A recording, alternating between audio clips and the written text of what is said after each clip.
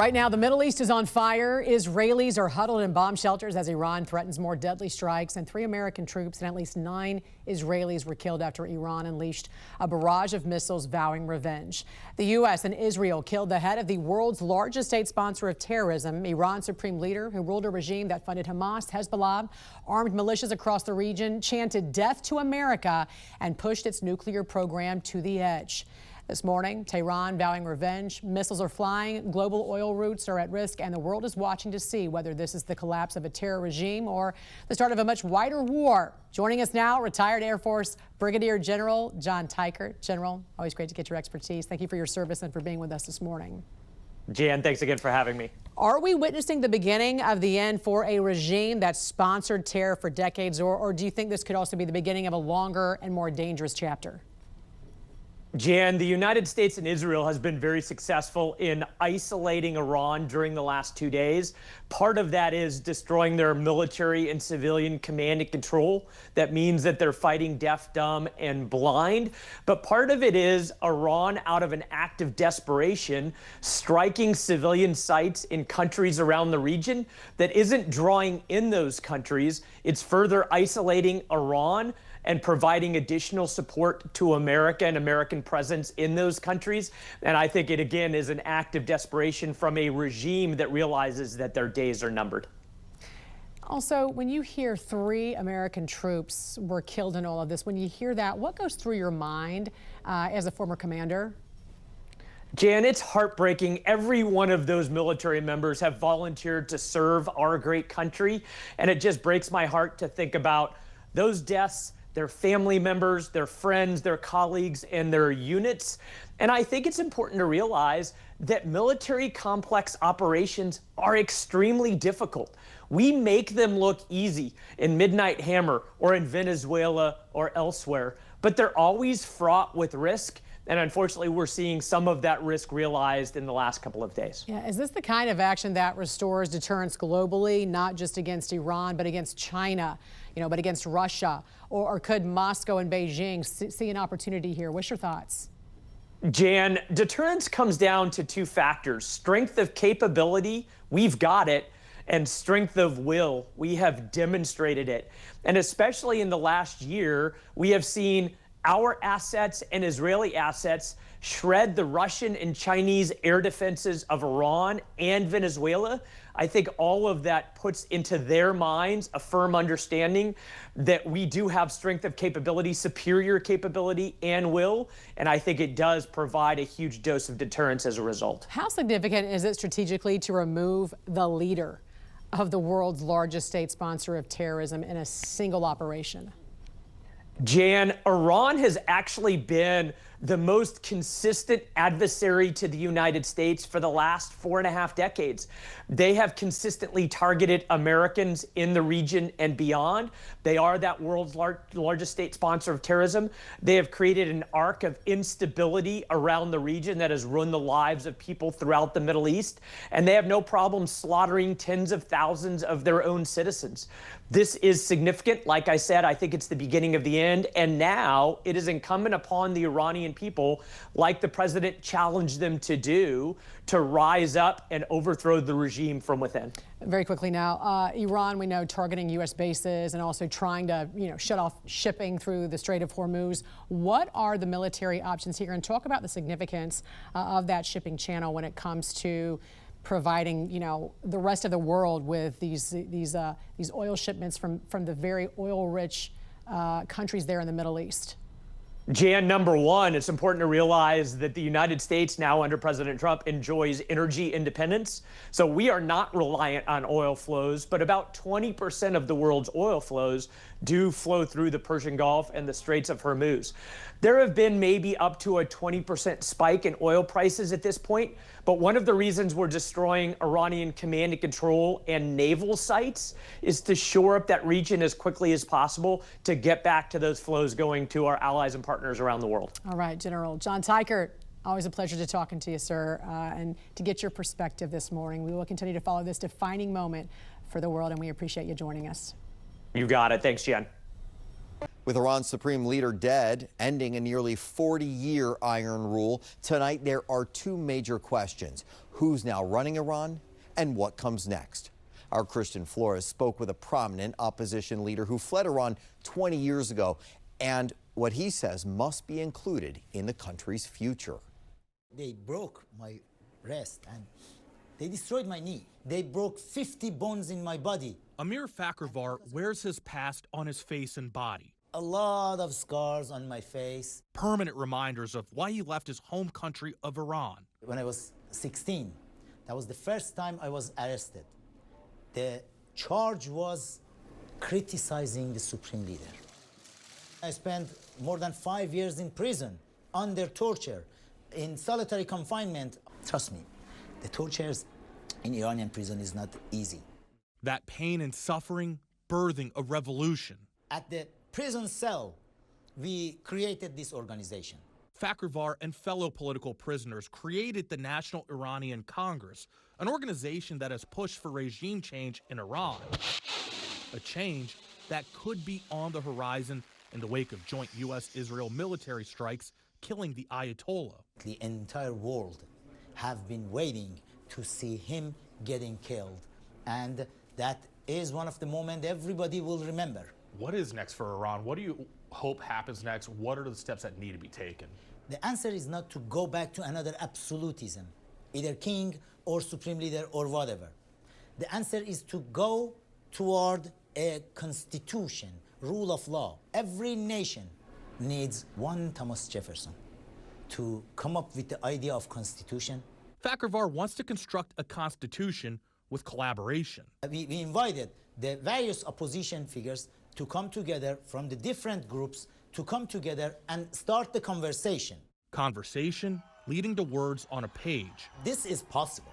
If it was not possible, last week, 3 days ago, after seeing the supreme leader is getting killed like this, it's very possible. And fighting for life, liberty, and equality before the law for everyone. Christian Flores, 7 News. According to President Trump, Iran's new potential leadership said they're open to talks with the U.S. and he's willing to talk to them as well. But what could Iran's new leadership look like? Let's go to Emma Withrow from the Fact Check team. Let's just start, Emma, with a public statement. Trump saying 48 Iranian leaders have been killed in these ongoing strikes. Right. What has the IDF reported thus far? So the IDF, they released a graphic that's a little bit broader than President Trump's figures, and they claim that a huge chunk of Iran's senior leadership has been eliminated, obviously including the supreme leader, also Iran's chief of staff, top Revolutionary Guard commanders, and the head of its missile forces. But it also lists leaders of Iran-backed groups, those proxy groups like Hezbollah, Hamas, and the Houthis that we've been talking about. Some of these figures were reported killed previously, and not all of these names have been independently verified in this current round of strikes, but it just goes to show how instrumental this round of strikes was. And with that kind of leadership vacuum, who is likely actually in charge right now? So Iran's constitution, under Iran's constitution, a temporary 3-person leadership council steps in immediately. That includes the president, the judiciary chief, and a senior cleric from the Guardian Council. But in practical terms, the Revolutionary Guards that are surviving the commanders likely hold real operational control in the immediate aftermath, so that's important to keep in mind as well. Yeah, certainly. We are watching what is happening unfolding, but also what could come. Emma, thank you. And later on, Emma, we'll be back to dig into what could come next for Iran. The IDF now says it has eliminated what it calls all senior terrorist leaders in Iran, including the country's supreme leader. If accurate, this would represent one of the most significant decapitation strikes in modern Middle East history. Let's go to Emma Withrow from the Fact Check team. And President Trump, we know, has said that he is willing to talk to potential new leadership. Yeah. Speak to us about the process that could follow. Yeah, so an 88-member clerical body called the Assembly of Experts, they have to select one new leader, and legally it's supposed to happen as soon as possible. So Iran's foreign minister says that could happen within days. This is all according to Al Jazeera, which suggests that contingency plans were already pretty much in place. So right now, though, a temporary 3-person leadership council steps in immediately. That includes the president, the judiciary chief, and a senior cleric from the Guardian Council. But it doesn't look like regime change would happen right away. That, you know, could take some time. Yeah, absolutely. It's not an automatic thing that would happen. The Iranian system was really built with redundancies to survive assassination attempts. The bigger question here is really whether the Revolutionary Guard consolidates power quickly or whether internal fractures emerge that the regime just can't contain. We've seen that with the protests recently. Either way, this is one of the most consequential leadership ruptures that have happened in Iran since 1989. Absolutely. Emma, thank you. Thanks. And for more on this Fact Check Team topic, including links to their sources, scan the QR code or visit thenationaldesk.com.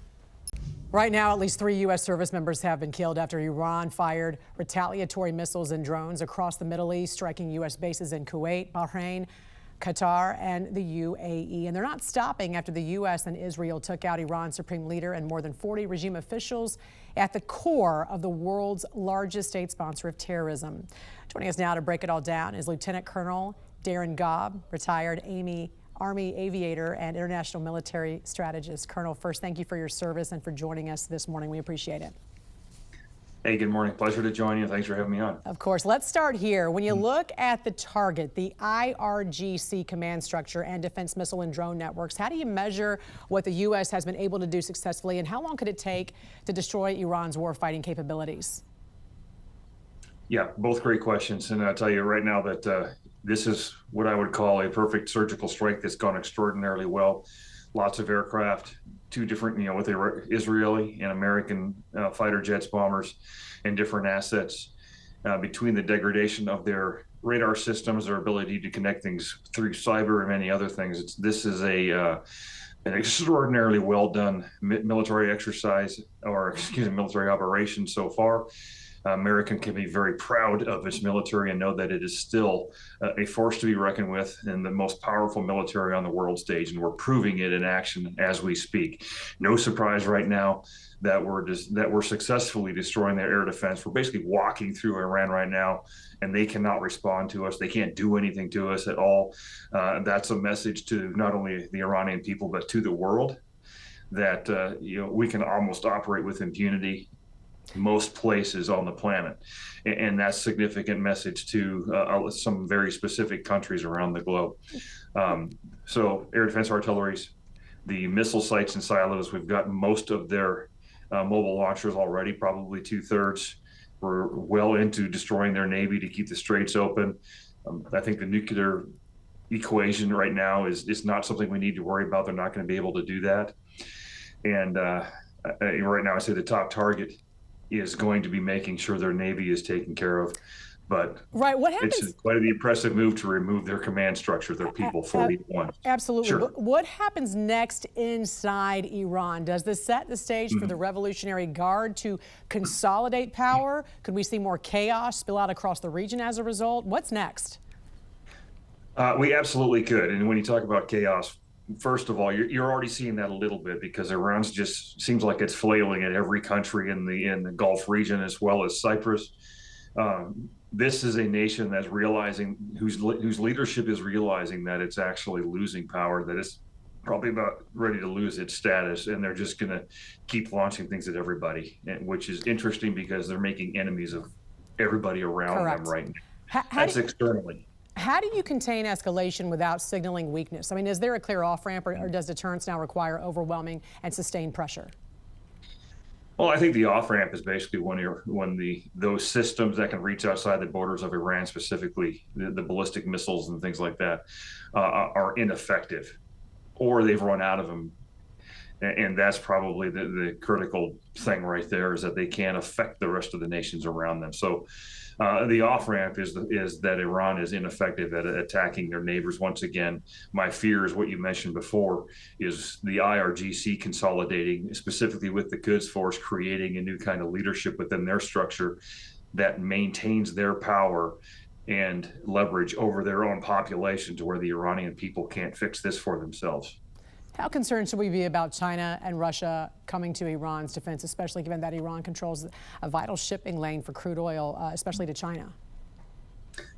That's not high on my list of concerns right now. It is interesting that we've taken out the top 2 oil suppliers of China, with Venezuela and Iran, both of them within 60 days.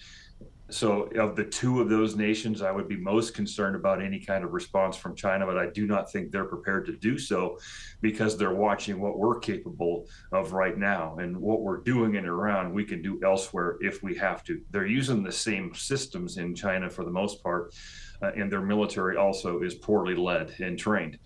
I don't think they're going to think this would be worth it. There are other things that we could discuss with this, but China would be the number one concern there. Russia, generally speaking, well, they're used to getting supplies, specifically drones and low-cost weaponry to keep their war going in Ukraine. Cutting that off is of concern to Russia, but look how long it's taken for them to move within what I would call the size of a few counties in the United States into Ukraine. Russia's military is not that strong and that well trained either. I think they're already tied up with what they're doing. All right. Colonel Darren Gobb, thank you so much for your perspective this morning and again for your service. We certainly appreciate it, and hopefully we can check in with you throughout the week. Thank you. Sounds good. Thank you.